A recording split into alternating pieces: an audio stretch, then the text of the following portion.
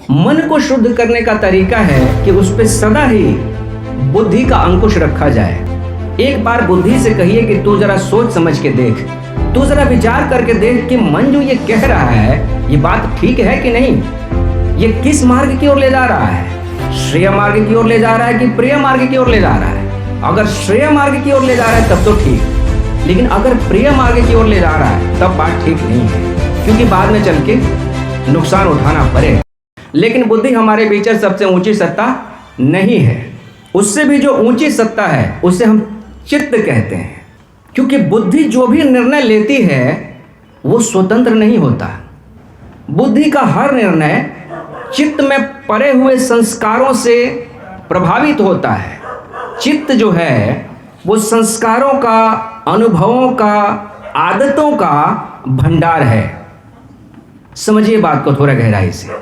मान लीजिए कि मन में एक विचार उठा, उस विचार को अगर आपने बार बार अपने मन में दोहराया तो वही विचार संकल्प बन जाता है, विल बन गया।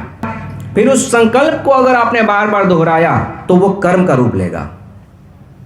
विचार अब कर्म बन गया है, और उस कर्म को अगर आप बार बार दोहराएंगे तो वो आदत बनेगा। आदत को अगर आप बार बार दोहराएंगे तो वो लत बनेगी। लत कहते हैं ना, लोगों को लत लग गई है इसको, है ना। लत को अगर आप बार बार दोहराएंगे तो वो वृत्ति बन जाता है, टेंडेंसी बन जाता है। अब वो बहुत ज्यादा मजबूत हो गई है। तो अब ये जो कर्म बार बार दोहराए जाते हैं, यानी आदत, लत और वृत्ति जिनकी हम बात कर रहे हैं, जितनी ही मजबूत लत होगी या वृत्ति होगी, चित्त के ऊपर उसकी छाप उतनी ही गहरी पड़ जाती है। यूं समझिए कि जैसे एक घर में एक दर्पण लगा है, यदि आप उस दर्पण को रोज पोंछते रहें तो उस पर कोई धूल नहीं जमेगी। आज दिन भर में जो भी धूल उस पर जमी, मैंने कल सुबह उसको पोंछ दिया, दर्पण साफ है। लेकिन अगर 2 सालों तक आप उस दर्पण को न पोंछें तो क्या होगा? धूल की मोटी परत आ जाएगी उसके ऊपर। और अगर 20 सालों तक उस दर्पण को ना पोंछा जाए तब क्या होगा? तब वो परत और ज्यादा मोटी हो जाएगी। तब दोबारा दर्पण को साफ करना बड़ा कठिन होगा आपके लिए। जितनी ही पुरानी धूल होगी उतना ही दर्पण को साफ करना कठिन हो जाएगा। ठीक यही स्थिति हमारे चित्त की है। जितने संस्कार हैं, जितने हमारी आदतें हैं, जितनी वृत्तियां हैं, जितने लत हैं, वो सब के सब जाके कहां संग्रहित होते हैं? चित्त पे। वो हमारे चित्त पे जाके अंकित हो जाते हैं। तो अब समझिए यहां से कि बुद्धि ने अगर निर्णय लिया तो बुद्धि का हर निर्णय, मैंने कहा कि वो चित्त के संस्कारों से प्रभावित होता है। उदाहरण के लिए, एक आदमी अगर 10 सालों से शराब पी रहा है तो उसके लिए शराब खाने की तरफ जाना कठिन होगा या आसान होगा? आसान होगा, क्योंकि उसके चित्त पे जो संस्कार पड़े हैं वो शराब के पक्ष में हैं। तो अब उसकी बुद्धि भी कैसा निर्णय देगी कि शराब खाने चलो? बुद्धि मना नहीं करेगी। तो आपने देखा कि बुद्धि कैसे पक्षपात कर रही है। बुद्धि का हर निर्णय जो है वो चित्त पे पड़े हुए संस्कारों से प्रभावित हो जाता है। लोग दंगों में जाके कैसे एक दूसरे को काट देते हैं? क्यों काट देते हैं? क्योंकि चित्त पे बहुत गहरे संस्कार पड़े हैं कि वो जो सामने वाला है ना, वो विधर्मी है, वो मेरे धर्म का नहीं है, उसको मारा जा सकता है। वो मेरे धर्म का नहीं है। ये संस्कार इतनी बार उसने अपने मन में दोहराया है, इतनी बार दोहराया है कि चित्त पे वो जाके गहरे बैठ गया है। तो तुरंत जैसे ही परिस्थिति सामने आई, चित्त से एक प्रवाह उठा। उस प्रवाह ने कहा बुद्धि को कि उसको मार देना ही ठीक है ना। तो मनुष्य ने हथियार उठा लिया और जाके उसको मार दिया। बुद्धि ने यहाँ पे श्रेय मार्ग नहीं चुन के प्रिय मार्ग को चुन लिया। क्यों? क्योंकि बुद्धि का निर्णय चित्त के संस्कार से प्रभावित हो गया। अब आप मुझे बताइए कि इस धरती पे ऐसा कौन सा मनुष्य है जिसकी बुद्धि निष्पक्ष है? गौर से यदि आप सोचेंगे तो इस धरती पे एक मनुष्य आपको नहीं मिलेगा जिसकी बुद्धि निष्पक्ष रूप से काम करती हो। क्यों? क्योंकि हर मनुष्य के चित्त पे संस्कारों का ढेर जमा है। हर मनुष्य के चित्त पे वृत्तियों का ढेर जमा है। इस जन्म के संस्कारों की ही बात नहीं की जा रही है। जो संस्कार हैं, जो वृत्तियां हैं, वो बहुत पुरानी होती हैं। कई कई जन्मों की वृत्तियां होती हैं जो मनुष्य अपने साथ ढो के लाता है। वो सारी वृत्तियां आपको मजबूर करती हैं किसी कर्म को करने के लिए। जैसे क्रोध के विषय में हम सभी का अनुभव क्या है कि क्रोध कैसी चीज है, अच्छी चीज है कि बुरी चीज है? क्रोध करके क्या कैसा लगता है, अच्छा लगता है कि बुरा लगता है? लेकिन फिर भी जब क्रोध आता है तो आप क्रोध को रोक नहीं पाते। क्यों? क्योंकि वो एक वृत्ति बन गया है, वो एक टेंडेंसी बन गया है, वो चित्त में बहुत गहरे बैठा हुआ है। अभी तक अनेक अनेक जन्मों में आपने इतनी बार क्रोध किया है, इतनी बार क्रोध किया है कि क्रोध की आदत मजबूत हो गई है। अब उसको तोड़ना बड़ा कठिन हो गया है आपके लिए। तो ये जो वृत्तियां हैं, क्रोध वृत्ति है, ठीक उसी तरह से काम वासना वृत्ति है, लोभ वृत्ति है, हिंसा वृत्ति है। किसी भी चीज को अगर आप बार बार दोहराते चले गए जीवन में तो वो मजबूत होते होते वृत्ति बन जाता है। अब आपको पता है कि मनुष्य जो है वो धरती पे बार बार जन्म क्यों लेता है? वृत्तियों के कारण। वृत्तियों के कारण मनुष्य बार बार धरती पे जन्म लेता है, बार बार आता है, बार बार जाता है। शिविर के भीतर सूक्ष्म शरीर के ऊपर चर्चा की गई थी। अब आप थोड़ा सा यहाँ पे समझिए। सूक्ष्म शरीर के बारे में हमने ये बात की थी कि जब ये भौतिक शरीर सूक्ष्म शरीर से अलग होता है तो सूक्ष्म शरीर 13 दिनों के बाद या 13 दिनों से कुछ अधिक धरती पे चक्कर काटता है। उसके बाद धीरे धीरे धीरे यहाँ से विदा हो जाता है। तो वो अकेले नहीं जाता, उसके साथ वो सारी वृत्तियां भी जाती हैं जो चित्त पे अंकित हुई हैं। चित्त के जितने संस्कार मनुष्य ने इकट्ठे किए हैं अपने साथ, वो सारे संस्कार सूक्ष्म शरीर के साथ जुड़ जाते हैं। जिस तरह के संस्कार हमारे चित्त ने इकट्ठे किए हैं उसी तरह के संस्कारों को लेके वो सूक्ष्म शरीर यहाँ से विदा होता है। अब आप समझिए, कृष्ण जो कि गीता में कह रहे हैं कि मरते समय मनुष्य के चित्त की जो दशा होती है उसी तरह का आगे उसको जन्म मिलता है। अगर मरते समय उसके चित्त पे हिंसा के संस्कार हैं तो आगे जाके हो सकता है वो कोई हिंसक पशु बन जाए या ऐसा मनुष्य बन जाए जिसके जीवन में हिंसा की बहुत संभावना रहेगी।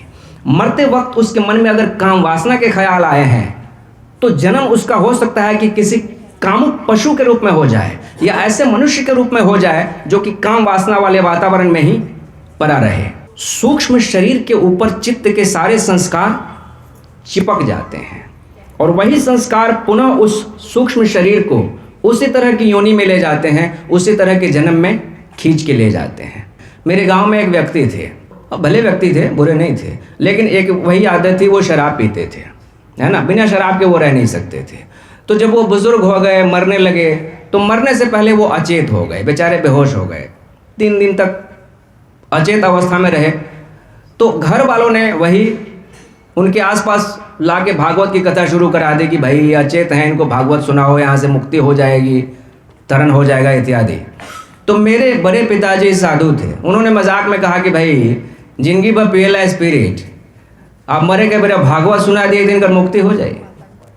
तो बात इतनी सी है कि ये चालाकी नहीं चलेगी। मरने के समय जो कृष्ण कह रहे हैं कि भाव दशा जैसी होती है वैसी ही आगे की जीवन यात्रा होती है। तो भाव दशा मरने के समय कैसी होगी? वैसी ही होगी ना जैसा जीवन भर आपने दोहराया है। जीवन भर जिस तरह के विचार, जिस तरह की वृत्तियां आपने रखी हैं अपने भीतर, मरते समय भी वो वृत्ति और अधिक मजबूत हो जाती है। तो ये है चित्त। चित्त माने क्या? संस्कारों का, आदतों का, वृत्तियों का समूह, वृत्तियों का ढेर। चित्त पे जितने संस्कार हैं उन्हीं से हमारा जीवन संचालित हो रहा है। वास्तव में वृत्ति जो है वो वृत्त शब्द से बना है।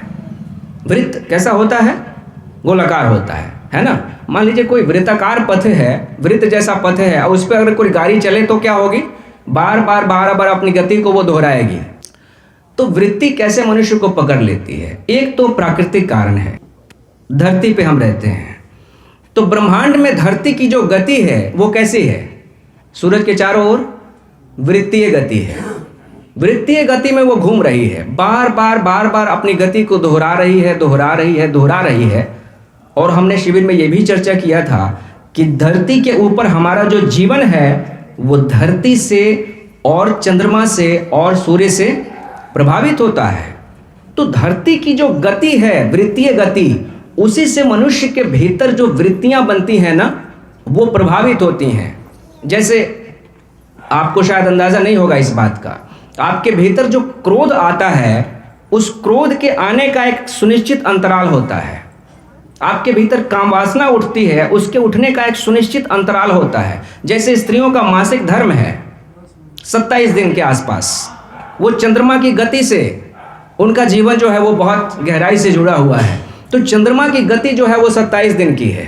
27 दिन में चंद्रमा एक बार धरती के चक्कर लगा लेता है, तो इसलिए 27 दिनों का मासिक चक्र है स्त्री का।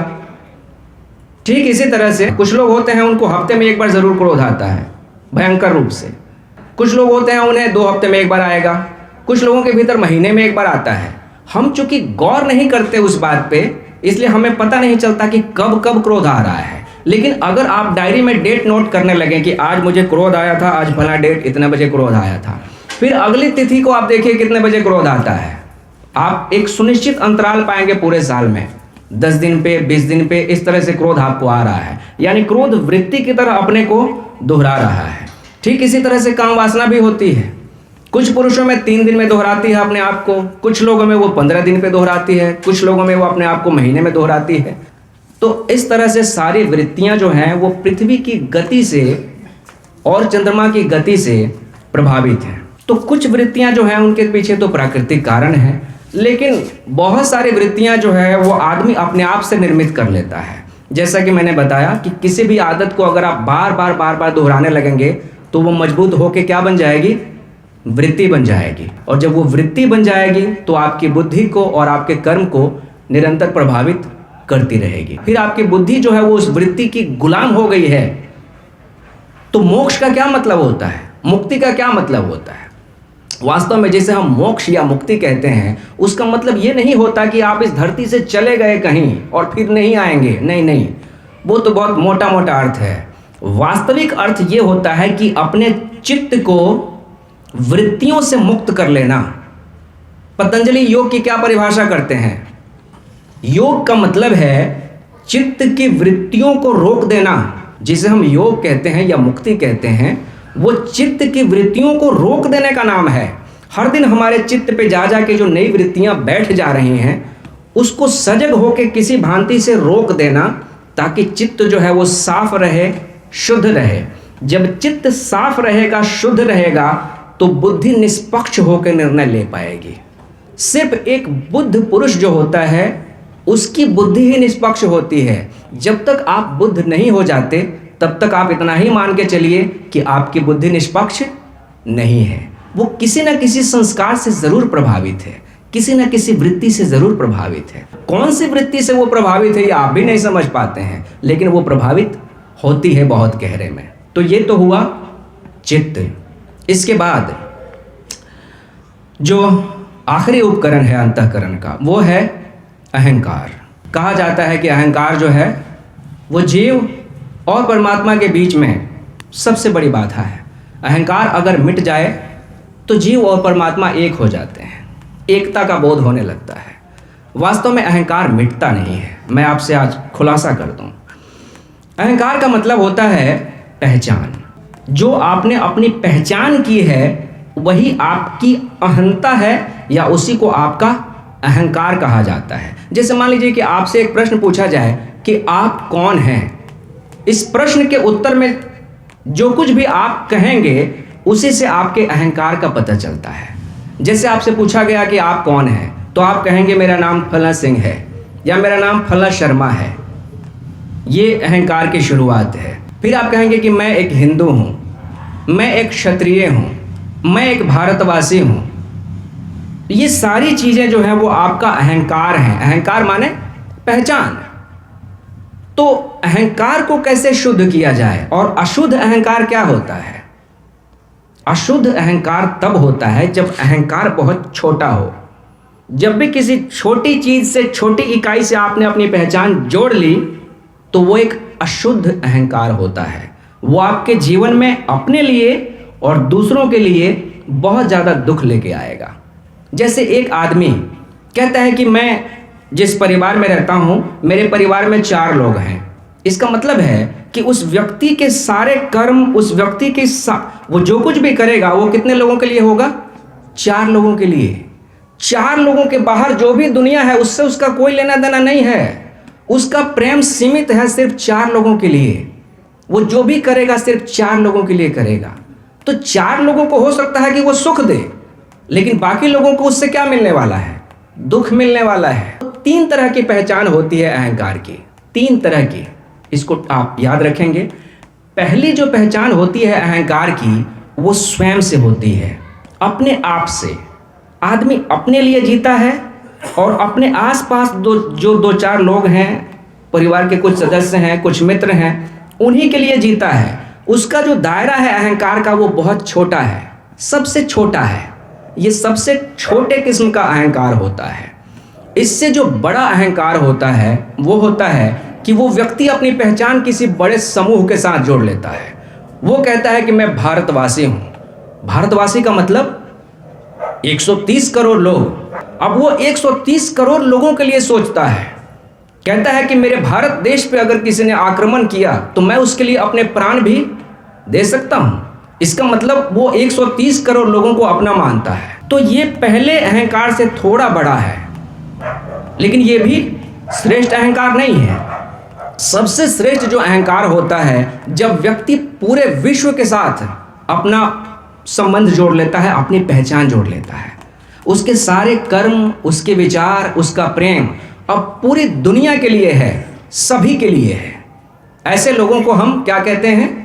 अवतार कहते हैं। ऐसे लोगों को हम मसीहा कहते हैं। ऐसे लोगों को हम पैगंबर कहते हैं, जिन्हें हम राम, कृष्ण, मोहम्मद, ईसा मसीह इत्यादि कहते हैं। वो ये तीसरी कैटेगरी वाले लोग हैं, ये तीसरी श्रेणी के लोग हैं, जिन्होंने अपनी पहचान सबके साथ जोड़ ली, पूरे विश्व के साथ जोड़ ली। अपने अहंकार को इतना फैला दिया कि अब उसकी कोई सीमा ही नहीं रही। उनके अहंकार के आगे कोई सीमा नहीं है, सभी अपने हैं। वो चीनी हो, चाहे भारतीय हो, चाहे पाकिस्तानी हो, हिंदू हो, मुसलमान हो, सभी अपने हैं जी, है ना। मेरा प्रेम सभी के लिए है। तो ये सबसे उच्च कोटि का अहंकार है और ये सबसे श्रेष्ठ अहंकार है। अहंकार की शुद्धि का यही मतलब होता है कि आप अपने अहंकार को इतना इतना इतना विराट कर दीजिए कि उसके आगे कोई सीमा ना रह जाए। वास्तव में अहंकार मिटता नहीं है, अहंकार विराट हो जाता है, फैल जाता है। आपने वो जो छोटी पहचान ओढ़ रखी थी, वो पहचान एक बहुत बड़े सृष्टि के साथ जुड़ जाती है। ठीक है।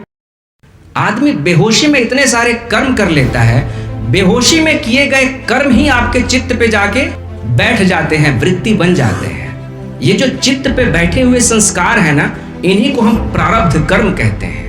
प्रारब्ध कर्म आपने सुने होंगे या कर्म जाल आपने सुने होंगे। लोग कहेंगे कि ये व्यक्ति अपने कर्म भोग रहा है। कर्म भोगने का मतलब क्या होता है? हम कहते हैं कि ये प्रारब्ध है व्यक्ति का। जब तक ये प्रारब्ध खत्म नहीं हो जाता तब तक इसके जीवन में शांति नहीं आती।